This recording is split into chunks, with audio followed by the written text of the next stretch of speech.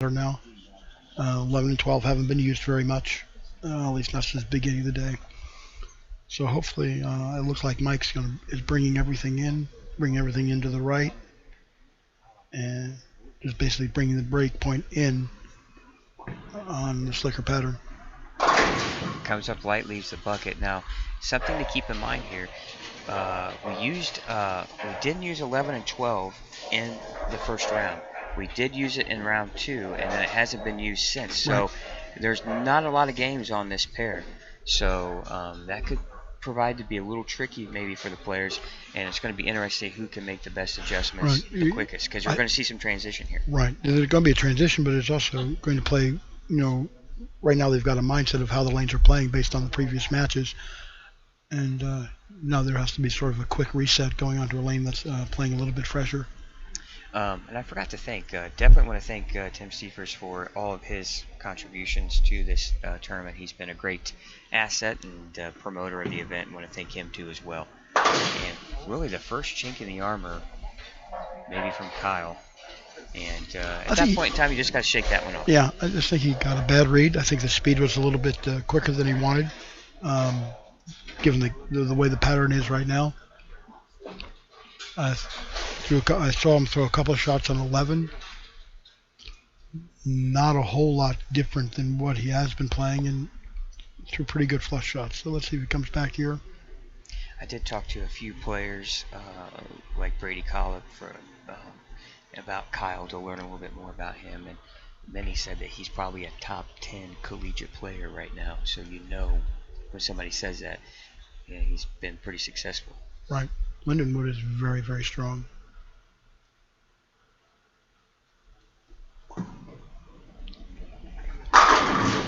He really comes up the back of the ball too real well. Great wrist cock and release.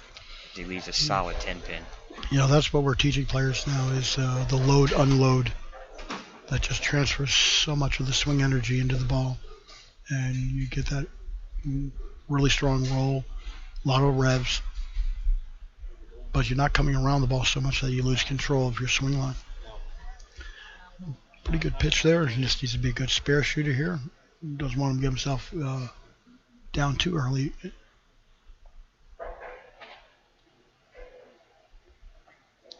Well, here he is in the second frame. Opened in the first, trying to convert the 10-pin spare. And he does. Covers it quite nicely. Very right at it. Gives himself an applause. He's got his buddies that he drove over here with him. Eric Sachs made the finals. Ben Pilardi bowled well. He just missed today's match play, and Kevin, another one of his teammates, made the finals too as well. So 3 out of the 4 that drove together all made Sunday. It made the trip worthwhile for all of them. Oh, got that good trip on the high hit, tripped that 6-pin out. I mean, being a fresher pair, do you think that would, based on this pattern that you've seen today, does that give anyone an advantage? I don't think it gives anybody an advantage. I think it gives Mike an opportunity to move back inside and not try to aim the ball to the pocket. I think it looks like everything has come inside for him. I think maybe for Kyle, he's got to get control of the speed, where you have to be really firm as the lanes broke down. Well, he's gotten quite comfortable to this pair so far. That's real solid right there. I said I've seen Mike Mann bowling various sports shots. He can move outside and play that lean shot into the pocket. But he's very comfortable. Traditionally we always thought, think lefties as people they're always playing out as righties are moving left, lefties are moving left too, playing further out. But Mike's really comfortable playing just inside that track zone and basically not giving away the pocket. Well, here we are, third frame, and Kyle already down 33 pins. Needs to get on the striking train rather quickly. Yeah, he's got to give this ball a chance to roll. Be smooth.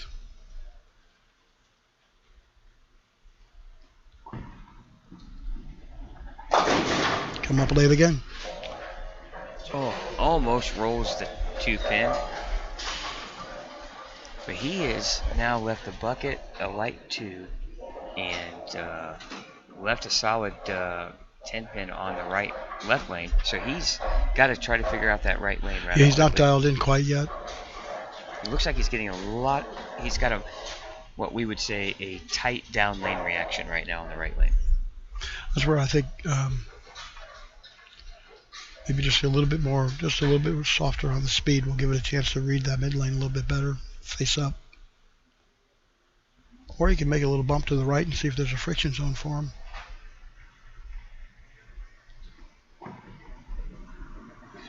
All right, good cover there on the 2-pin, and I believe he's been throwing the Ebonite, what we call the GB2, the Game Breaker 2, all day and all weekend. So he hasn't varied from that ball. I don't know if he has more than one with him where he's changed maybe one with a different pin location, but pretty sure he's thrown the same ball the entire weekend. Well, he said he found a part of the lane where the ball reaction was reliable. He could stay in a comfortable swing mode in terms of speed and rhythm. And he's been there all weekend long. Just hasn't quite made the shift from the pairs that he qualified on to this championship pair. Here he is. At least not on lane 12 yet. Right. 4th frame, left lane. Working on a spare. All right, got out of trouble. That is not as tight a line as he was playing. There was a little bit more launch angle, got a little bit wider than I think he intended. I mean, as a competitor, or as a bowler, when you see your opponent start off with the first 3 and look pretty comfortable, and when do you start getting a little tight physically? That's what you got to avoid, though. Right, where you start feeling like you have to aim it. You have to feel like you have to point it to the pocket. And that's just experience, where you just trust your game to eventually, bring it around without being too concerned with what you're doing, what your opponent is doing.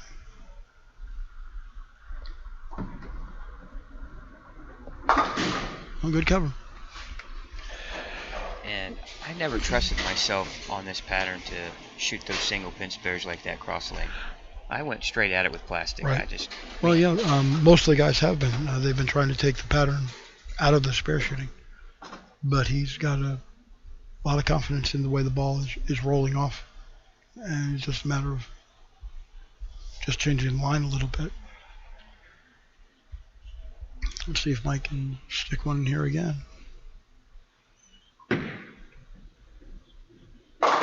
Say that looked inside, and it was. Mm-hmm. He leaves the 2-4-7. Luckily, just to leave the 2-4. He's been very fortunate. Well, yeah, he has broken up a lot of splits. He's playing a pretty tight inside line. And when you miss in, it goes face right away. And he hasn't gotten penalized quite as much as he could have. But what a good run for a player that's over the age of 50. Yeah. So it's a shot that allows shot makers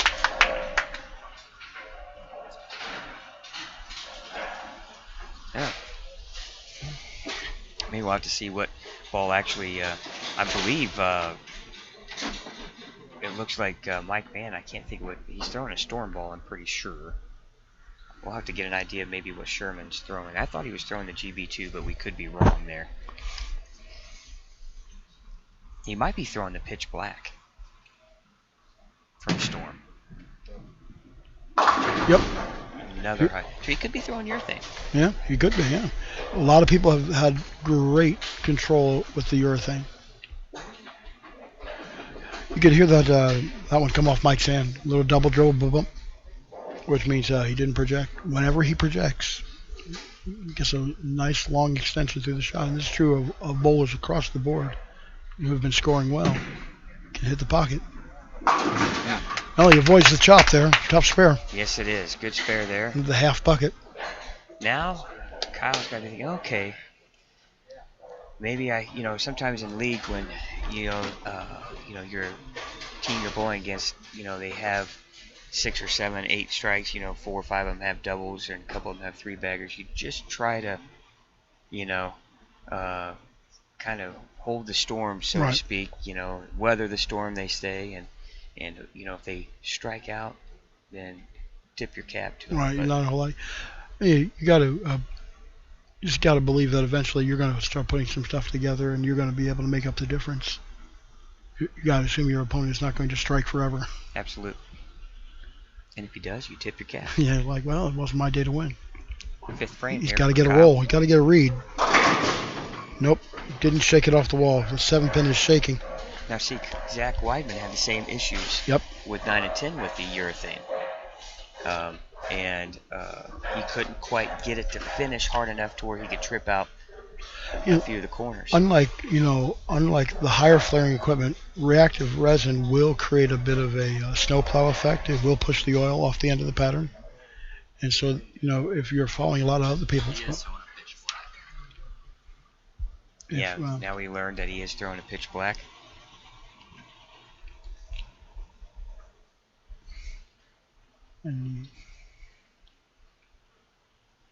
Well, most of the players that have the rev rate he has through urethane. Right, the high rev players, because they need to control that. They need to control that movement. They need to get it to start up early enough to get the angle to the pocket without it going face. Which with the reactive resin stuff, if you got around it just a little bit with a high rev rate, there's no way you could get it to hold line. So at this point, he's sacrificing a little bit of carry to keep the ball playable. But it might be running out of time at this point. You gotta. He's down 30 early in this match, working in the 6th frame left lane. Needs to get back on with a strike here. There he goes. That was a nice pitch from Kyle. Yeah, I'm watching where he's laying the ball down, and you can see with the alternating color pattern on these lanes, there's a strip of 3 pale boards right around second arrow, and he's laying it down around right around 11. And if it runs right along the edge of the pale, he's getting that break point right around 8-9. And he had one shot that leaked out to about 6 or 7 and wouldn't come back. But that was a much tighter line. And that's all he needs to do. He just needs that ball to face up just a little bit earlier to kick out those corner pins. And that's the shot. With a high flush strike. Good aggressive shot. Maintains his 30-pin lead over Kyle Sherman.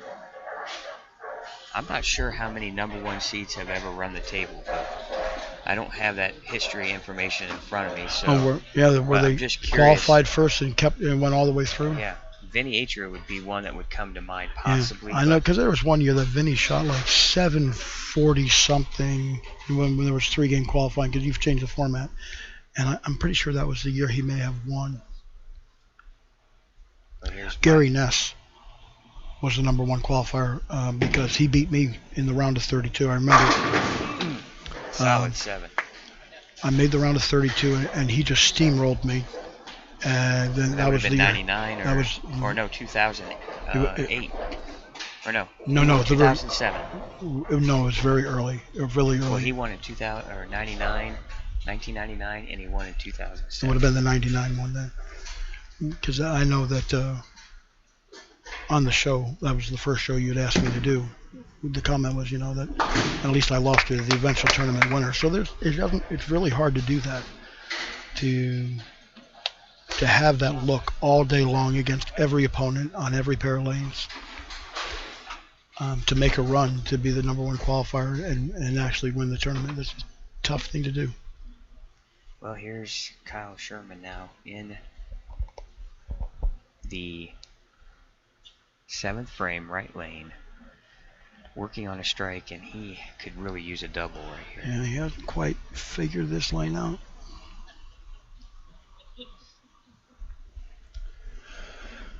I'm going to take a look closely, see if he's bumped out, and see if we can get the early friction.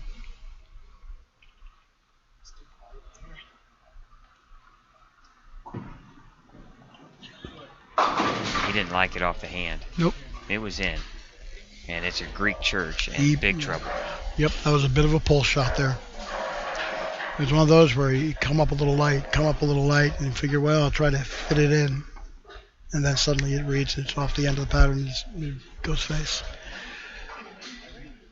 So at this point in the match, number one, you want to save pin count. But you've got to start thinking about what you're going to do in game two. Yes. What are you going to do? You know, are you going to do a ball change, or are you going to make an obvious change in where you're playing that particular lane? And know that you're probably going to sacrifice this first game. Got 4 to 5. Nice try.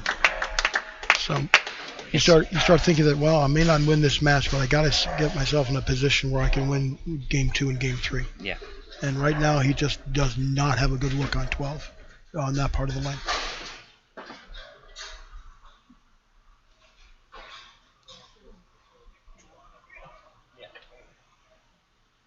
Well, he is going to be down 42 pins in the 7th.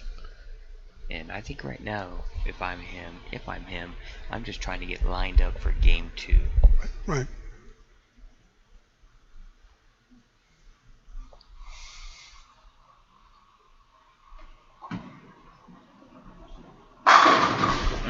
Pretty ball right there. Seen that a lot today. Boy, that's when you look back and say, man, I'd love to have that 7th frame back. Yep. Because he strikes right there, and it's a totally different match. Right. Now Mike Mann in the driver's seat just needs to fill frames at this point. Don't do anything silly. Don't get too far ahead of yourself. Right. You don't want to get too relaxed and get lazy. You don't want to feel like you're going to force the shot either. You just got to trust your stroke. Get the ball down. Trust is a must. Good follow through. Yep. And you trip a 610. That's nice. But when your swing is loose, you got to get the ball clean. You'll get carry. Well, and his ball is really holding line quite well. Yeah. Well, I said it'll be interesting to take a look at that layout. I mean, I said first of all, his high axis tilt is going to get him down the lane as it is, but he's not getting that quick little snap at the back end. It just everything is setting up very nicely, very controllable.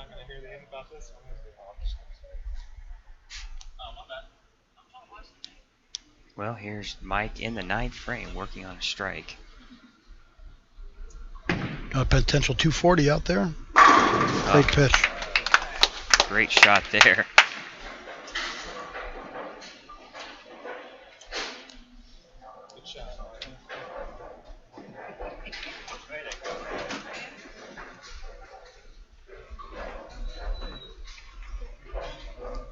Now, if I were Kyle Sherman, I would slow play this match. Take your time. Especially with an older bowler. Get him maybe a little out of rhythm. Out of rhythm and tight. I'm 51. I'm not that much younger than Mike. I know how tight I get if I wait too long. One of the problems I've had in this season, a problem with my knee. When I get into game number 3, things get tight and slow. And right when I need to generate more speed, I can't. Right. And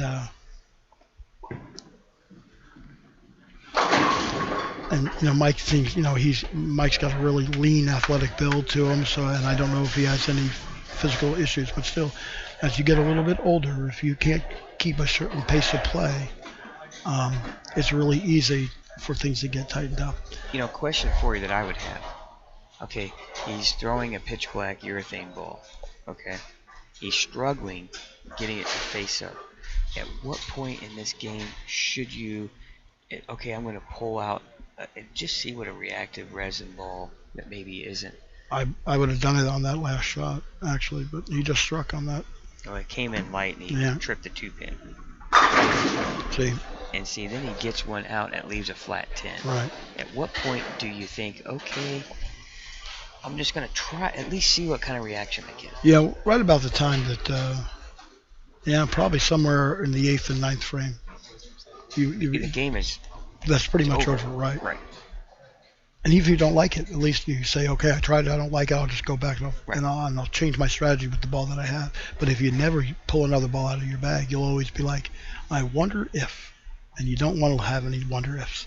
Well, and you have to assume or think that based on Mike's reaction and his look, so to speak, that it's going to take maybe a 2-team, 220 game to win game 2 possibly. Right. The only thing that he can hope for is there's going to be a transition where the line that Mike's playing, where maybe there'll be where the ball reaction will start to change a little bit because it is a fresh pair.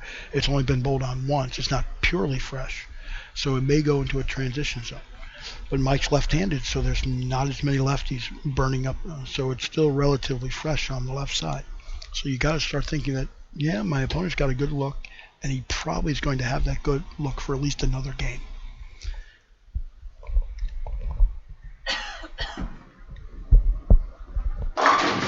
I mean, I'll be honest. I just don't like his look with what he's got right there. Yeah, he made that look like he tried to get the ball out quicker. Mm-hmm. And yeah, he got the read, but it wouldn't hold. So now he's sort of in between. Can't point it because it'll hook early. Can't drive it down the lane because he can't carry the corner pins. He has to take so much out of the ball to get it down lane that it won't turn over. But so he's in jail. Oop. But at what point, though? I guess I don't know.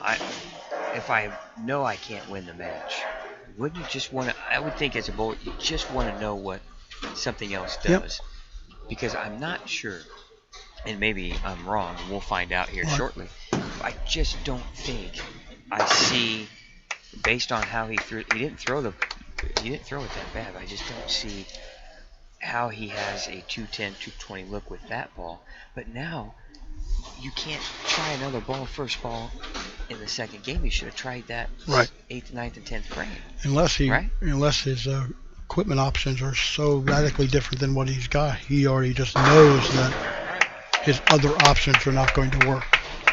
Right. And that might be true. I mean, there is such a radical difference between even weaker, more rolling, pin down type reactive resin versus urethane. Right. We're talking an entire generation in difference in terms of ball material.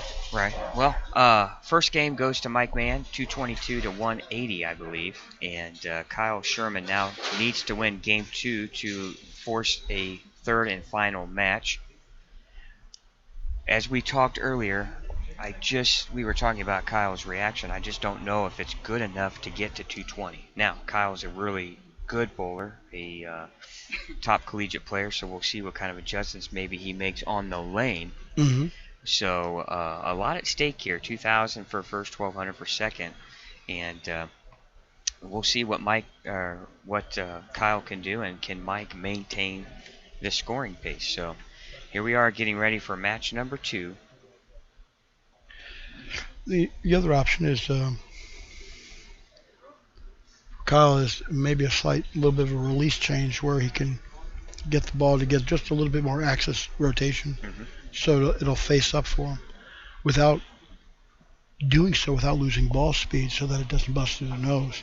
Right. And so there's a really, really touchy interplay between what you're going to do with your hand and how you maintain your swing rhythm so that the ball speed doesn't vary a whole lot. Well, here's Kyle's first shot of game number 2 on the left lane.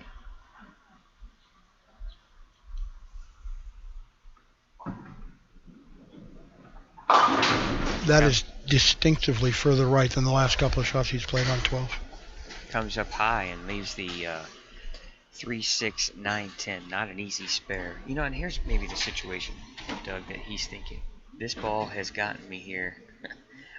I've never tried anything else today, so I'm either going to do or die with it. Right, yeah. He's going to dance with the lady he brought, and we'll see whether he makes it to the end of the music.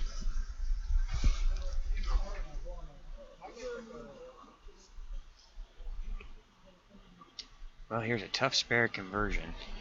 When you're very talented, a lot of times you can believe you can make a ball work, even if it's a little bit past its optimal part on the lane. Oh. And he starts game 2 basically the same way he started game 1. Remember, he chopped the bucket. He chopped just the 4-pin off of the 2, 4, 5, 8. Right. And now he missed it the same way. He missed it left, missed that spare left like he missed the bucket left.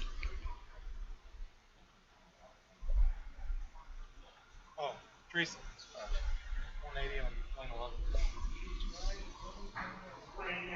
got a 180 on. Waiting for a rack of pins here on the left lane before Mike takes his first shot of game 2. And yeah, you don't want to be in the middle of your shot and then it suddenly sets right in your line of vision. Well, and now if you're Mike, now just relax. Your opponent's open to start the match, and you have a good look. You just shot 220 at him. So now it's a matter of trusting the shot. You know what you want to feel for. You know exactly the look on the lane you're trying to get the ball to get. Just be smooth, repeat shots, have a good follow through. Oh, he trips that. Trips the 6-8. I'm telling you, sometimes you just run good. Well, and I think there's just a little bit of advantage with the roll that he has, that he can be a little high flush, and where somebody else would have a ball that would jump and drive through the pins and leave you a pocket. In that case, a pocket 6-8 is actually just wiggles through the pins enough to break up those splits.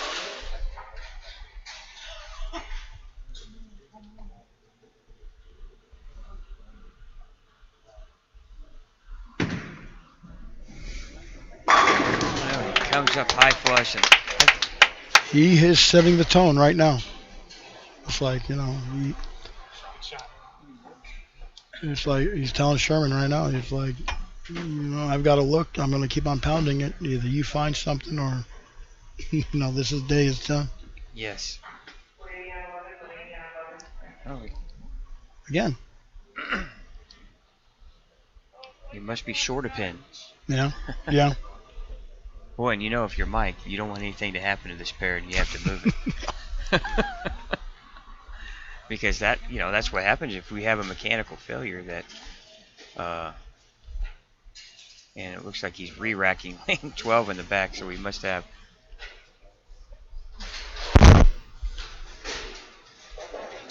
something going on. So we need to reset lane 12. You want to tell him that? He's got it. Well, thank you. I'll go ahead and chew it. Thanks, sir. Now he needs to set it again. That's pretty good. Yeah, the mechanic in the back reset 12, and then the bowler up front reset 12, and now we go. We'll get done sooner or later. That's all right. Yeah, I'm just gonna go eat at Wings, etc. when I'm done. So, no big deal. I don't have any of those coupons, Scott. You better pass me a couple before. Well, you go right by there, don't you? You go out West Lafayette? Oh, yeah. As I'm going home, I drive by it every time. If I take 52 instead of Jackson Highway, I go by it every time. Absolutely.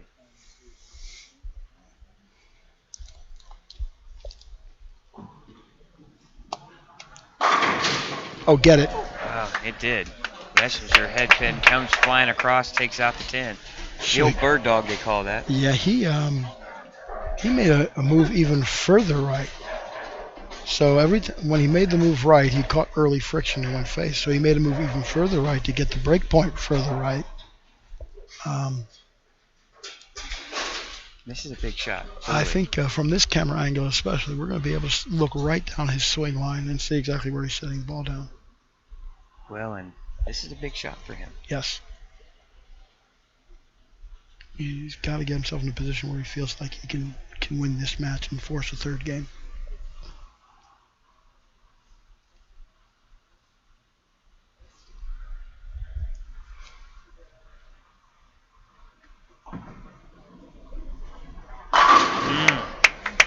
Boy, that was sweet. That was way out there. But, yeah, he's setting it down right around 4-5, getting it out to about 2, and it just turned the corner. And that's the shot we've seen out of him all weekend long. And that's not an easy shot to play. That is not. You have got to absolutely trust yourself. It's so easy to throw it in the gutter. Oh, yeah. And and then, of course, your next shot, because you're so tentative, you'll go face almost every time. Yeah, you try to avoid throwing it in the gutter. Again, you don't want to go back-to-back ditches.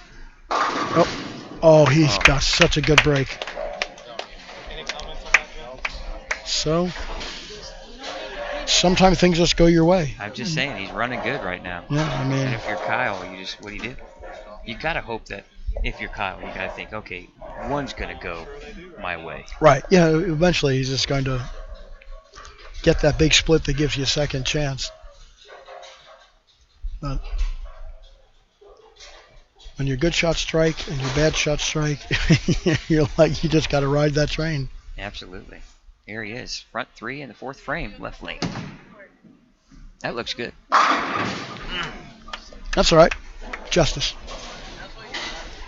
Usually when in basketball, when a referee blows a whistle and calls a terrible foul and the player goes to the foul line and the first shot doinks off the front rim, we always say the ball don't lie.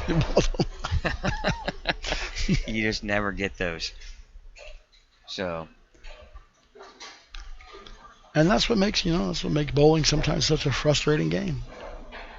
You come back and make a quality shot and it's just something slightly off.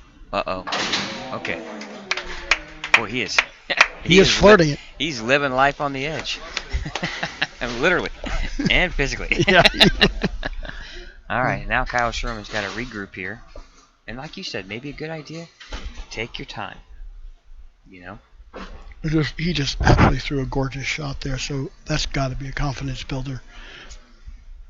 To make a move, throw a strike, get back on the next lane of the pair, and just absolutely pure one. So now he's got to believe, you know what, now I've got to look on both sides, now I just got to make a run. And he's a talented player. If anybody's going to make a run, he's going to make one. He's been good all weekend. Yeah, so now he's just got to... Looking to go wire to wire.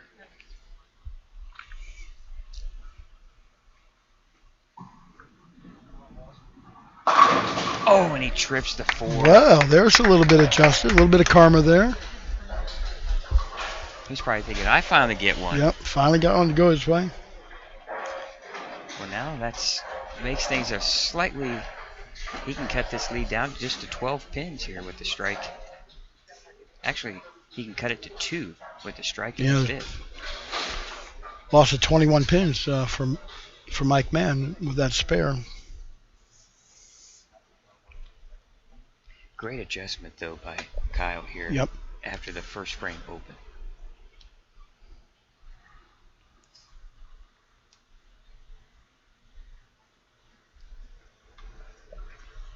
He knew where the friction zones were, just exactly which attack angle he was going to need to get it to be controllable and still carry.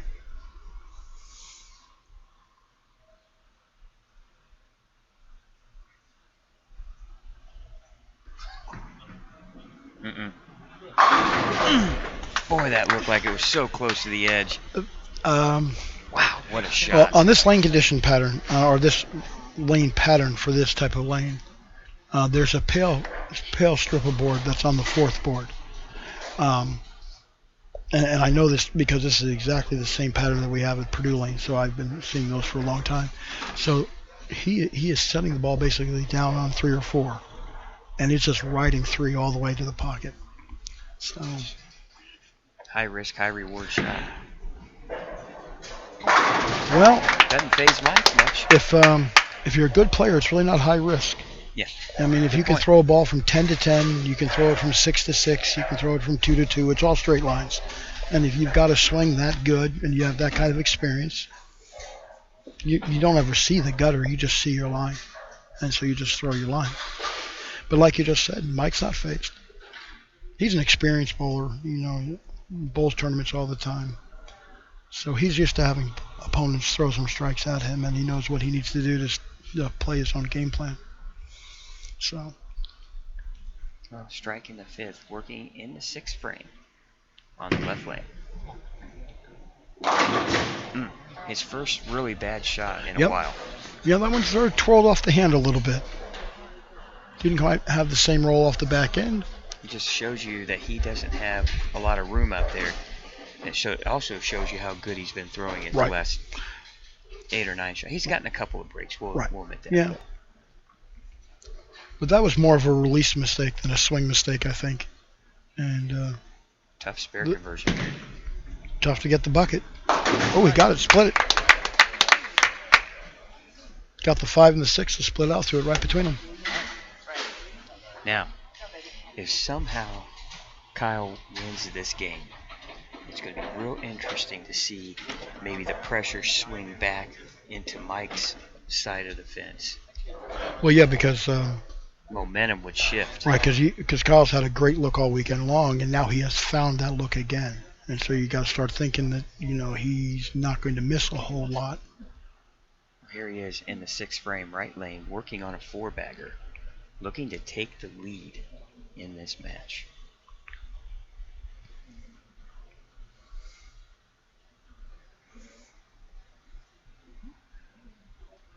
Or cut it to 2 pins.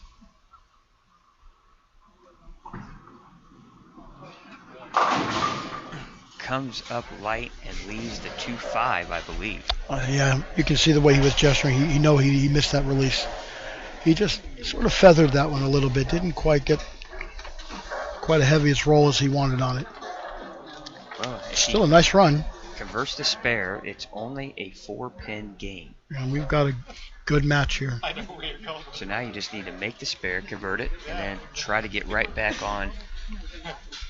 Yeah, get a strike up right away. Let your opponent know that you're not going away. That you made one mistake, but definitely haven't given the match away. Then Mike has to step up and really make a good aggressive shot. And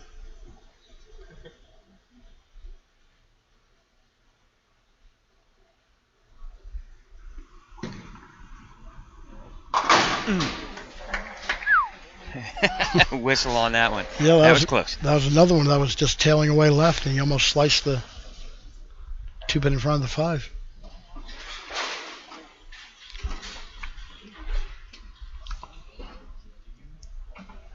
So I like this camera angle, the way that we can get a look right down his arm swing on this lane.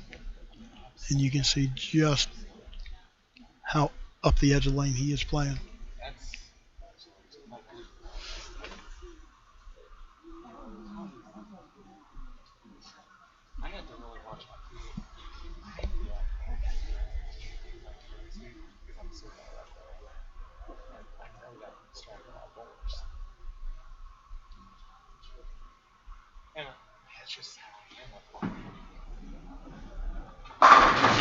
Dead flush. Great pitch again. Well, ball's back in Mike's court now. Yep, he's set himself up. He's made the move onto the lanes. I think the first person, to be honest with you, that doubles from the 7th frame on, I think will win this game. And Mike can be the first one that can get a double. I'm not sure why we're having a 180 situation on what they call here on 11, but for some reason we're having trouble getting pins to come down, full rack of pins, so delaying the action slightly. There we go.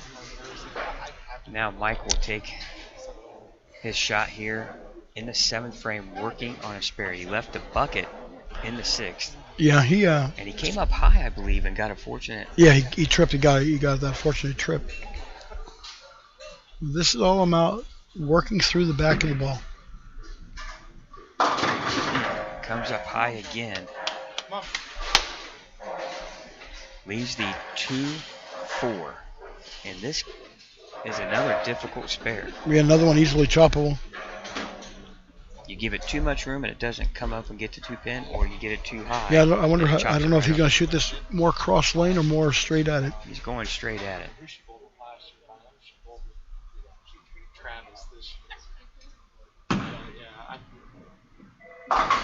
Good cover. Good cover. Yeah, but now Kyle Sherman knows he can double and take the lead. Mm-hmm. Just a 2-pin game here.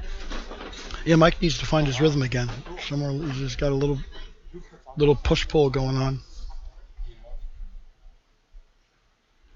And so he came up light 2 frames ago, just didn't hit the release very well. That one he just didn't, I don't think had the alignment quite right. Now it's just a matter of get the swing to fall into place. Uh-oh. Wash out. 1, 3, 6, 7. He's had back-to-back shots that's missed the head pin left. Or it's come up light. This one totally misses the head pin left.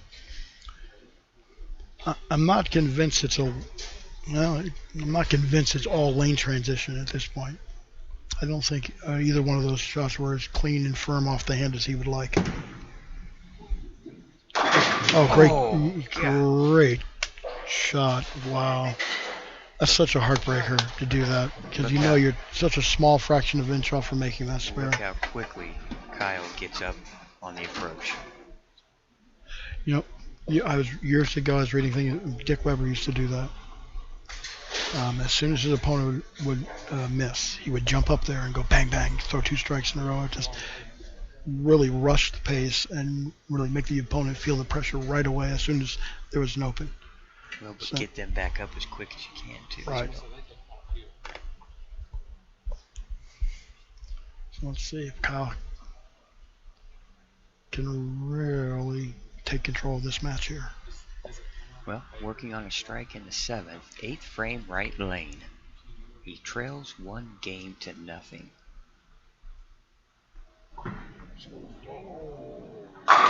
Okay, I think he'll take that. Yeah. He was almost, and that was almost in the gutter. Yep. So, not a hard spare to make. Not a hard spare to make. He just lost one off his hand. He makes a spare. He's still in the lead. So he was working after a strike, so he could have come back into gone gutter spare, but still, you don't want to be in that situation. Well, Mike can strike out for 222. Kyle's on a 215 pace, so Mike still has a chance here, but Kyle controls his own destiny.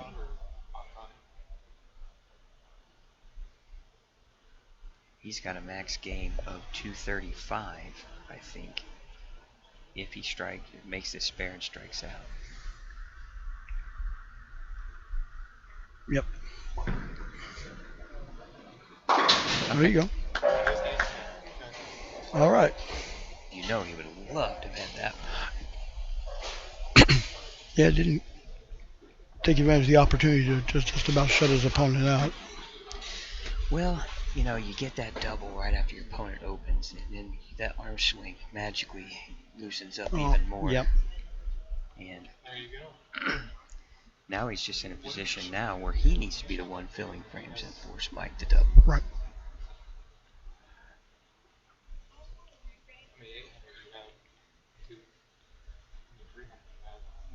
All right. You just got to make sure that you feel the hand work through the ball. You don't want to grab at it, just want to feel the momentum of the swing. Drive the hand to the back of the ball, let it come off clean. And that was sweet. Good shot. Guesses that released just enough at the bottom to get that ball to face up.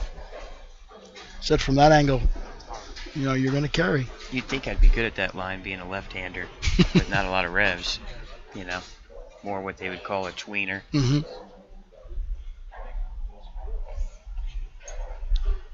Not quite a cranker, but not quite a straight player either. But here's Mike in the 9th. Come on. 6 pin. That was a better pitch, though. All right, still 212 possibility. That would force strikeout in the 10th. He would still force Kyle to mark. And good count in the fill. Right. Because Kyle's got pace for 215?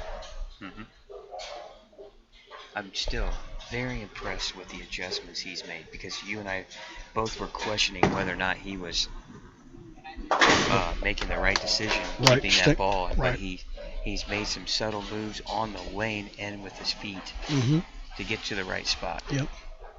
So he trusted a spot on the lane where he knew he could get the ball to roll. It's just how he was going to get that attack angle.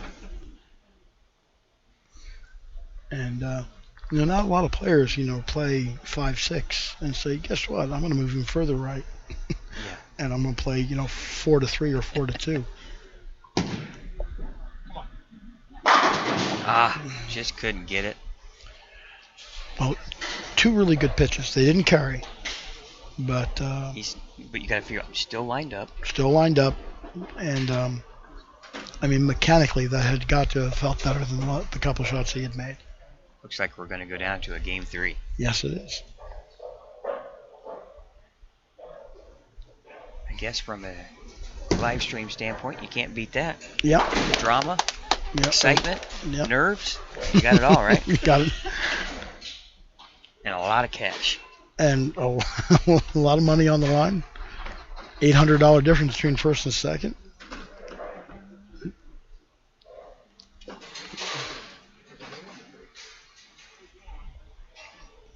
Needs a good shot here just from a confidence point of view. Good shot. Made a nice adjustment on that lane. Yeah, we got the ball to square up again. So I wasn't. I don't know. It's really still not over yet. No, it's not. You know, you still need. You know, he still, I think, needs a good count on this ball. He needs at least 8 on this first ball to lock it up. Right. Anything less, he would need to spare. Yeah, if he goes 8 whiff, it'd be 201, right? 93 plus 8 is a 1, yeah. Yes. So as long as he doesn't do something silly, go Greek church or something like that.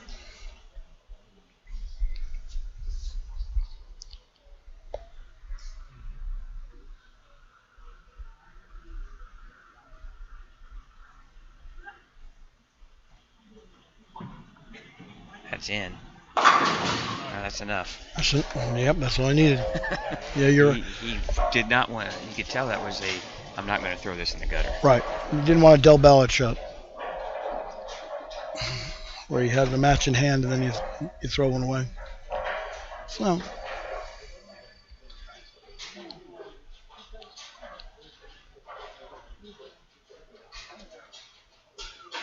I think he just realized that. he just that realized he won. Yeah. He's like, whew, I don't have to make this spare. That college education is starting to kick in there, right there. You can do the math. Now what do you do? I mean, I think I'm like you. You just take your time here. Make the spare. You want to make the spare. Get another shot. Get another shot. Probably doesn't have a reason to experiment with anything like that. He's already, he reestablished his look on the lane. Mm-hmm. There you go. Just in case you leave it again. Right. Right. That's not exactly Right. the way you wanted to shoot at it. Yeah, absolutely. I think that was more of a play to the pocket than Right. anything else.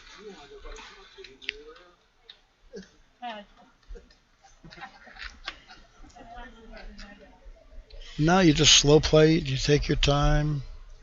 You know the match is over. No sense rushing it.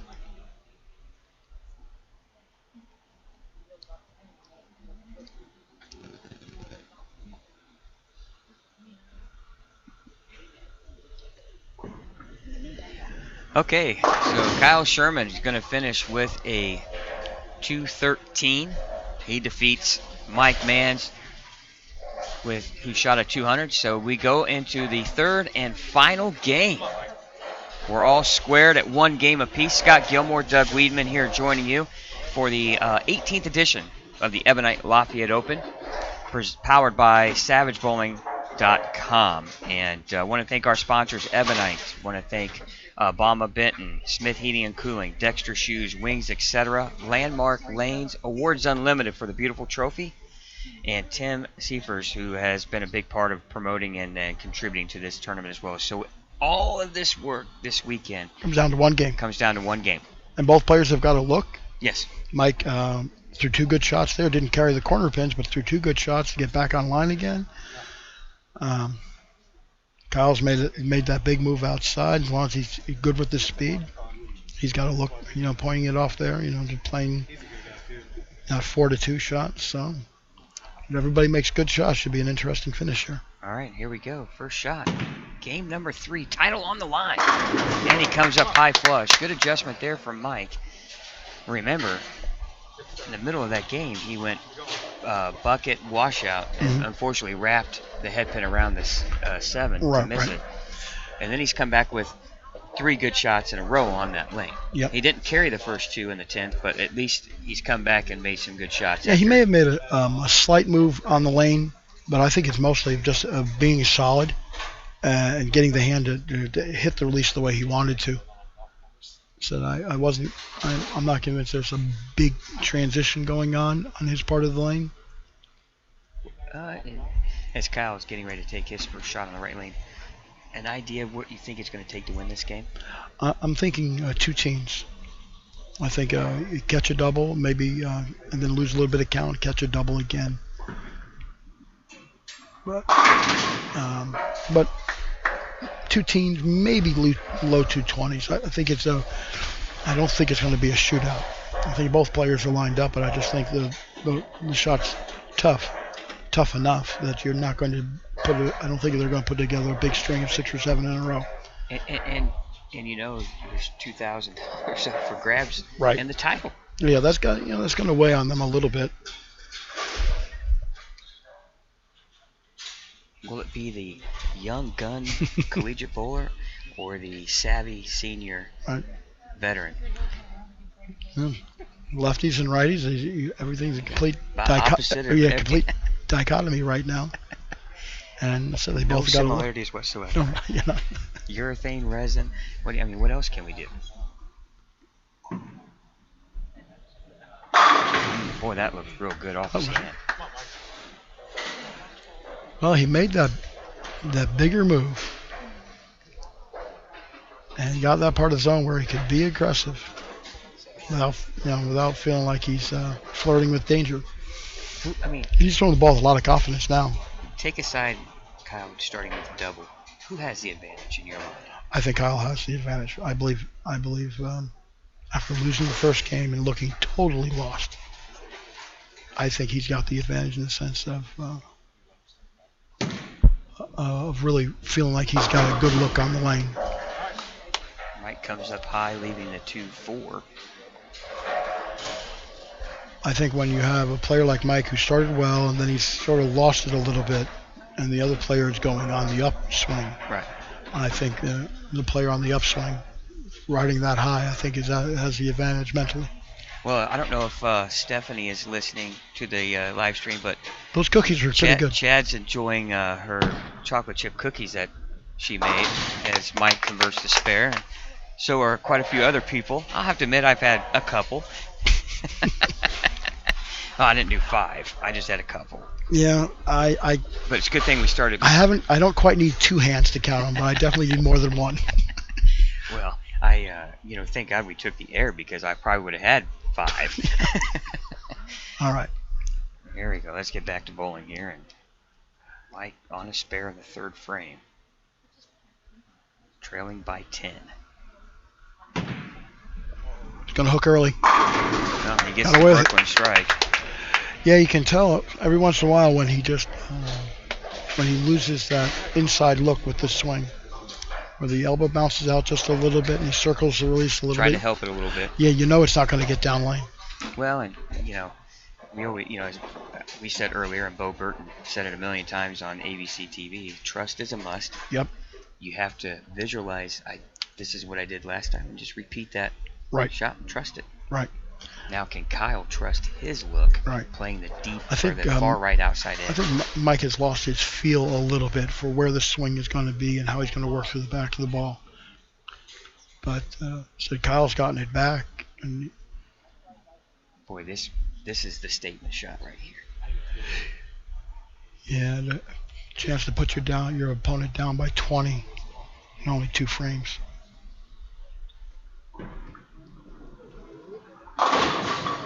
That was out there.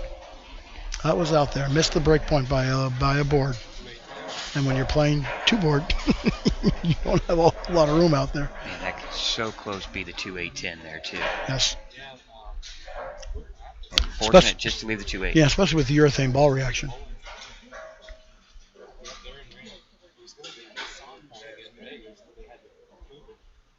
Well, now he's just got to focus on converting the spare. He'll lead by 8. he's going to force Mike to double. Yep.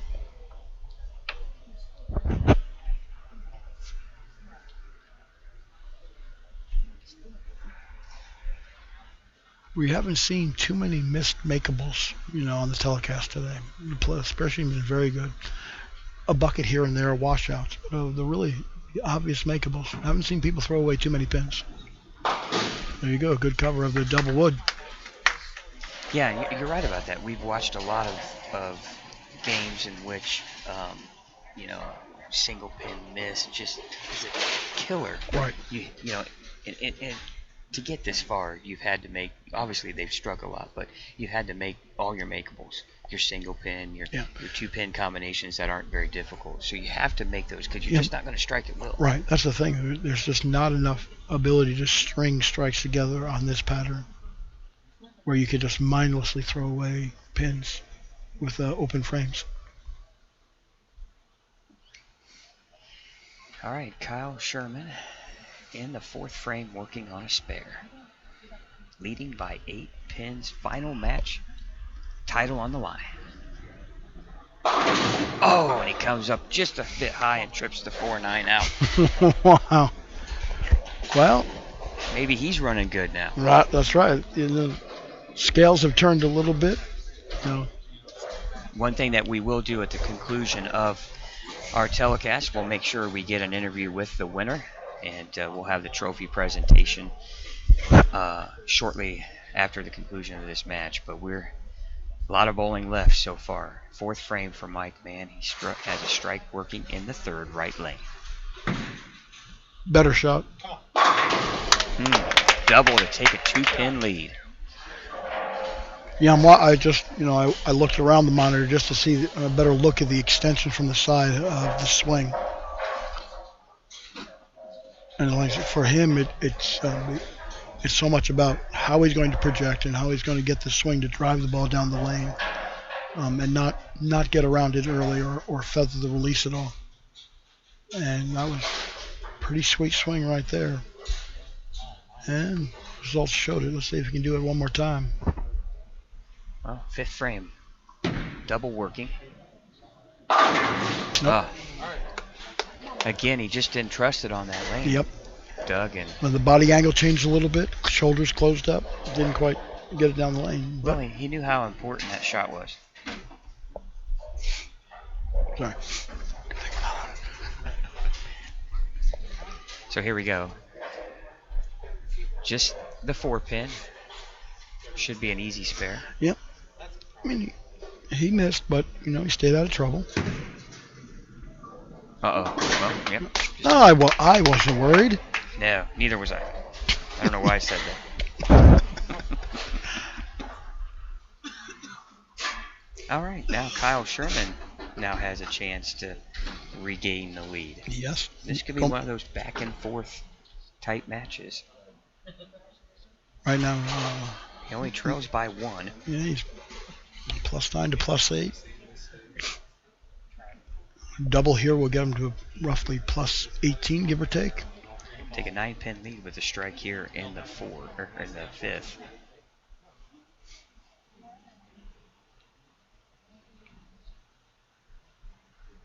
Let's see what kind of adjustment he makes off his shot in the third frame on this right lane. Doesn't matter, just throwing a better ball. Oh, almost leaves a 9-pin, but pin comes out of nowhere and wipes it clean. What a huge shot there. That was a great pitch. People are wondering, how do you make urethane hit that hard? When you have a release like that and you're playing that kind of angle into the pocket, you can make urethane hit that hard where you almost don't a 9-pin. I'll be honest, that, you can't teach that. That comes naturally, in my opinion. Yeah. Being able to break the wrist and really get out of it super quick and clean. And from the coaching I've done, we're getting a better and better understanding of the mechanics of exactly of what's going in. So we're getting a better idea of how to get people to understand what that feels like. But not everybody has that capability. There's a certain inherent nature of the person's physical game that they can do that a little bit easier than others. Well, here he goes. Double. Working 6th frame. Oh, and he comes up light. Well, he was begging for it. He was yelling at it to turn. Yeah, he knew that he had just missed that line a little bit. We might be having a... Nope. I thought Mike might be making a ball change, but he put it back down on the ground, and he's going to stay with what... And that's just 6th frame, and you're getting some strikes. I would question the ball change. But yeah. And so I'm like you. I think you go with who... You dance with who you brung, and... Well, I think most of it is mechanics with Mike. When he throws good shots, he's flush in the pocket or high flush. Well, a 19-pin lead for Kyle Sherman. Mike needs to strike. Oh, and he comes up high, leaving the 2-4-7. And now momentum has drastically changed. Right. Kyle actually has some room out there to miss a little in and a little out and get the shaker off the wall. I think if you're Kyle, you got to breathe, practice your breathing, calm the nerves, reduce the heart rate. Mike working on needing the spare. Nice spare. His spare shooting has been solid. Yeah. Really, he missed a washout, but that was just a tough break. He threw it in the right spot. I mean. Right. He just rung it. He missed it by a fraction of an inch. But like we said earlier, I mean, that's how you get this far in the tournament. Right. Is by filling all those frames so that even when you're in a transition, you're not striking, you're still putting yourself in a position to win later on once you get lined up again. 7th frame, left lane for Mike. Way out. Come back. Ooh, lucky just to leave the 3-pin. That could have been the 3-10. Yep, that could have been even worse. Yeah, could have been made a good break. Yeah, good break. Could have been a little bit. But like I said, he missed out a little bit, but got it down the lane. He didn't short arm it. He didn't get out of it early. He just didn't quite catch the release to get the roll. Well, but Kyle, he's putting himself in a tough position right now relative to Kyle. Well, Kyle, both players got off to a good start, but Kyle's been able to string some here. Good spare conversion in the 7th. You know, Mike can still shoot 235. That wins majority matches. But don't forget, A.J. Chapman shoots 254 in the first round, his last game, and loses to Zach. 255? 254 to lose to Zach Carey's 255. Wow. Shoots 503 and goes home for 2 games. That's crazy to think about. Wow. Shoots 503. I knew he shot one big guy. I didn't realize he had shot over 500 to lose. Yeah. He won with the 249 game, but he shoots. Usually, if you shoot 503 for 2 games in this, you're blowing your opponent away. Oh, well, yeah, it's not even close. Well, here he is, 7th frame. And AJ has such a good look when I watched in qualifying last night. Wow. Bossed so well. He's got a 3-bagger working. 7th frame. Trying to slam the door a little bit here. Oh, it looked good from placement. Yep, and he knew it right off his hand. Well, now he's up quite comfortably. Nothing where you can just glide, No, you can't take anything for granted right now. But he's in a situation where he can just relax, and maybe you throw a good shot and you don't carry. You don't have to be upset that you didn't carry. Yeah. You're like, okay, hey, I rung a 10 pin, I'll make it. I stoned an 8 pin. 33-pin lead can make it 43 with a strike here in the 8th. But one mistake can bring Mike right back into it. Yeah, as long as he doesn't leave himself something unmakeable, Mike's going to have to work really hard here.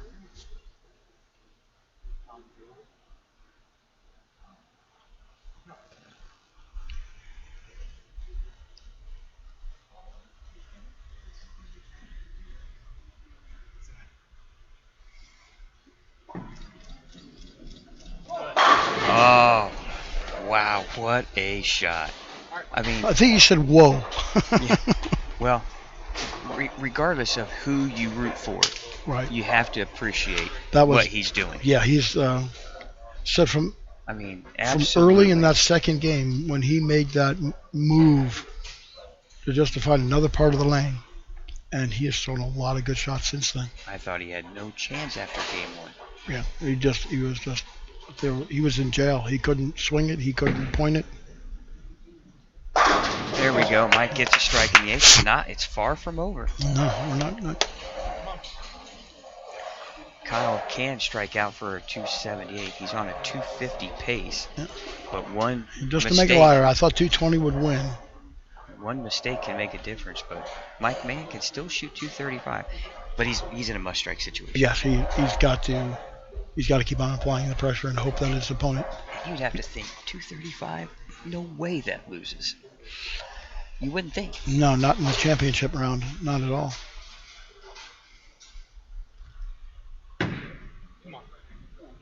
Oh, good shot there from Mike. He doubles. He wasn't sure if that was going to quite roll up The enough. old can opener, they used to splash, say. It's a little splash shot, but. All right. Well, So when here it you're, is. If you're Kyle Sherman, this is what you want. This is why you came. Yeah. You came to win. You Step make a up. good shot here. Step up. Strike, and Throw it's in over. more. Always a strike, and it's pretty well solidified. Yeah, because he can. If he strikes here and opens, he's still looking at 240, even with the open. If he opened in the 10th.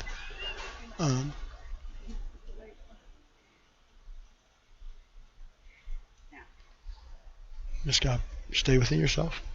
But Mike Mann's double has made this shot a little more important. Yep.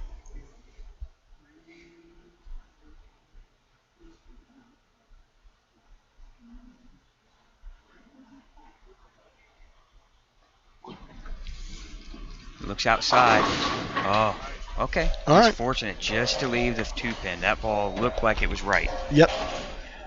Hung out there just a little bit. Well, But the thing is, from that line, unless you throw it, really, every ball is going to work its way up to the head pin.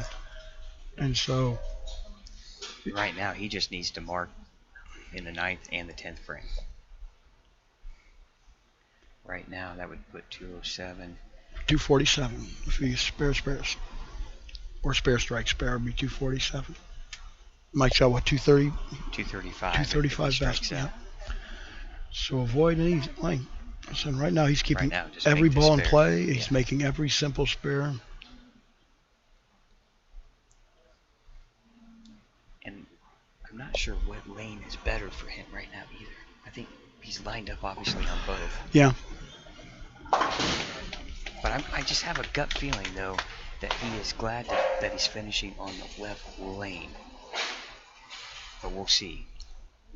Let's just look. If he gets 9, 26, 33, Mike can strike out for 35. Right. So he has to mark to Right. shut. To guarantee. If he marks in the 10th, you can almost imagine that ball is going right down the middle of the lane. He's not going to play the twig. No. Yeah, he's going to make sure that he's not going to give away too many pins. But right here is the one that closed the door. Well, this is what you want. 10th frame, first ball in the 10th for Kyle Sherman. This shot could be for the title.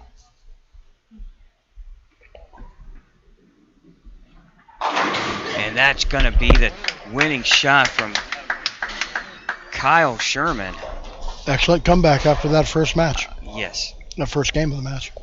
And I tell you what, an absolutely wonderful performance by Mike Mann, though. I mean, it was no easy feat for Kyle Sherman to win this title. Mike Mann bowled brilliantly. Yeah, Just came Mike up never- short, unfortunately. Yeah, and Mike never threw any series of bad shots where he was giving the match away.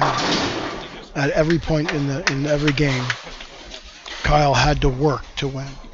Of course, he lost the first match on the first game of the match. Well, here we're going to go ahead and have Mike Mann finish his frame out as Kyle Sherman will be your 2015 Ebonite Lafayette Open champion, defeating Mike Mann. And really, Doug, I mean, if you're Mike, you just tip your cap. So Yeah, Mike, he bowled really well. Absolutely. He threw a lot of good games. Had a great run in the tournament. I mean, he's got a potential to shoot 230 here, and you shoot anything, two teens, 220s, and you still end up losing. It's not a whole lot you can do. Absolutely. Well, Mike Mann finishing up, and he's still with the Sparrow shoot 210, and you thought that would be the winning number. I thought somewhere in two teens or low 220s might win, but Kyle Sherman wasn't listening. He was listening. He shoots 246. We'll take a quick timeout. We'll be back with Kyle Sherman and our live stream, the 2015 Ebonite Lafayette Open champion, powered by SavageBowling.com.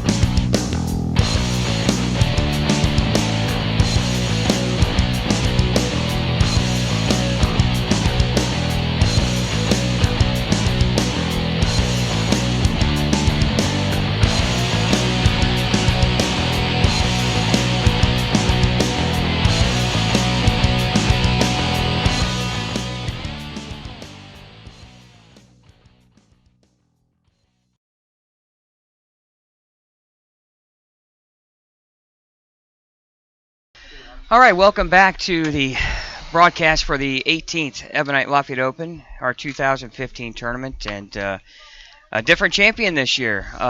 Kyle Sherman, number 1 seed, runs the table. And Kyle, first off, how do you feel? It's pretty awesome. It was such a grind today, and to be able to come out on top it's pretty crazy. You started off qualifying with a 299 game. Talk about that. Yeah, I bowled the block before, and I went 120 under for the 4 games. So I had a game plan coming in. I just made a little adjustment with my hand, and I pretty much used that adjustment the whole time throughout the tournament, and it ended up working. Did you throw urethane the entire? Threw urethane the entire time. And just said, I'm going to stick. Well, first off, I don't want to jump to, but we get to the title match. And you go to 11-12, which hadn't been bowled on since round 2. It had no action on it in the first round. Tell us a little bit. Your first game, you struggled. Your ball reaction didn't look good. And I actually questioned Doug, maybe your rationale of staying with that. I thought maybe in the 8th or 9th frame you might try something different. You stuck with it. Tell us what you did on the lane to make that adjustment. Yeah, I mean, I kind of questioned it too, but I said to myself that, the urethane kind of got me here the whole time. I've seen the best reaction out of urethane. For me, I'm just going to stick with it. And yeah, that pair from the previous pair was super tricky. I missed right a little bit, didn't hook, missed in, I was hooking. And then obviously I wasn't throwing the greatest shots when the ball reaction goes away. So I was actually talking to some of my teammates that came with me, and they're like, hey, just, move right a little bit towards the gutter and, just roll it and be soft with it. And I ended up doing that, and, the rest is kind of history. I just kept striking after that. Yeah, and to be honest with you, very impressive because not everybody can play. You look like you were trying to place the ball 3 or 4 and just try to run the rail. Yeah. And it looked like you moved your ball reaction a little farther out to get that angle that you weren't getting it in the first game. Yeah, the first game, even when I did get to the pocket, it just kept a flat 10 a couple times, and the ball wasn't picking up quite like I wanted it to. So when I moved right, made sure I rolled it, and just gave me a great reaction. I don't know. Well, think about this as I flip things over, but I don't know how familiar you are, but Vinny Atria was a really great amateur player, but Eugene McCune, Jack Sullivan, E.J. Tackett, T.J. Schmidt, who was a collegiate player of the year a few years ago, Brett Shepard, How does it feel to be in that list now of some of those other players? Yeah, looking at that list, that's a very impressive group of guys, and to be in that company it's pretty much it's a great honor. Well, you are a collegiate bowler. What team do you represent? Lindenwood University. Lindenwood. Traveling this winter for some Christmas tournaments? We actually have the winter off. We traveled, I think, the last 11 weekends or 10 weekends in a row. So they give us the winter break off, so it's a nice time to relax and actually have some time at home. Yeah, so spend the holidays at home, and $2,000 for first. You buying dinner for everyone on the way home? That's what they're telling me. So.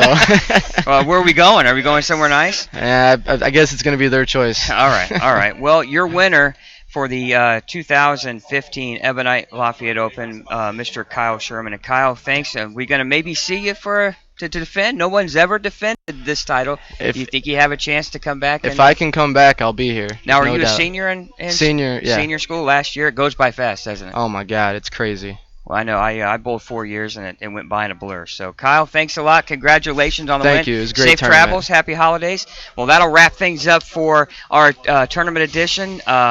Thanks for joining us, and we'll be back for the Lafayette City Masters in January and then our high school state bowling finals in March. So, Kyle Sherman, once again, your winner for the 2015 Ebonite Lafayette Open. So long, everyone.